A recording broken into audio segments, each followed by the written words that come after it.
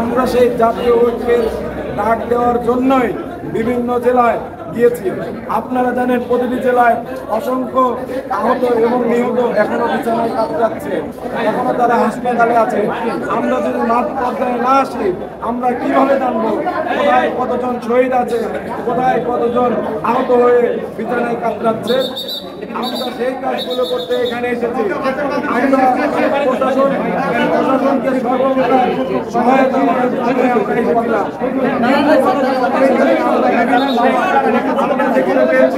আমাদেরকে অসহযোগিতা করা হয়েছে উদ্দেশ্যমূলক ভাবে। একই কথা বলা হয়েছিল যখন আমরা সিরাজগঞ্জে যাই, সেখানে বলা হয়েছিল আমরা যেন প্রোগ্রাম না করি। তারপরে নাটোরেও বলা হয়েছে আমাদের প্রোগ্রাম না করা উত্তম, এবং একই জবাব আমরা এখানে প্রশাসনের কাছ থেকে পেলাম যে আমাদের এখানে প্রোগ্রাম না করা উত্তম। আমাদের আমরা প্রোগ্রাম না করে চলে যাওয়ার সিদ্ধান্ত নেইনি।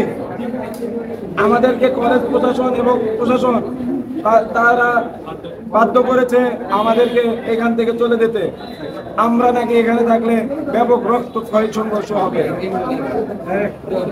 স্পষ্ট কথা, আমরা স্পষ্ট দিতে চাই আমরা ছাত্র সমাজ এখানে আপনারা